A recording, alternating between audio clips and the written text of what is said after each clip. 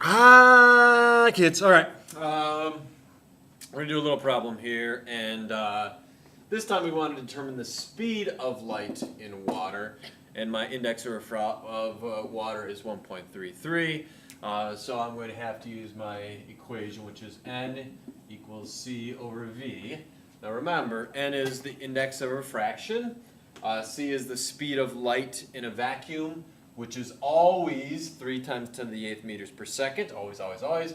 And then V is what we're looking for. So if we plug our numbers in, you get 1.33 equals 3 times 10 to the 8th meters per second divided by V. And you can solve that for V. So if I solve that for V, I'm going to get, so multiply, cross multiply, and I get 3 times 10 to the 8th divided by 1.33, and you get 2.25 times 10 to the 8th meters per second. Now, you can always check, guys, to make sure that this is right, because this number cannot be more than that number.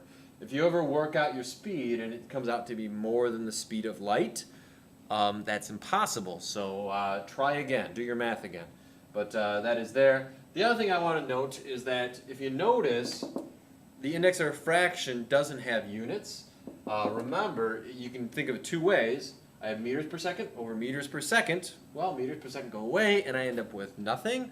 But the other thing you can think of is this is really just a ratio of how fast the light's traveling in a certain medium to the speed of light.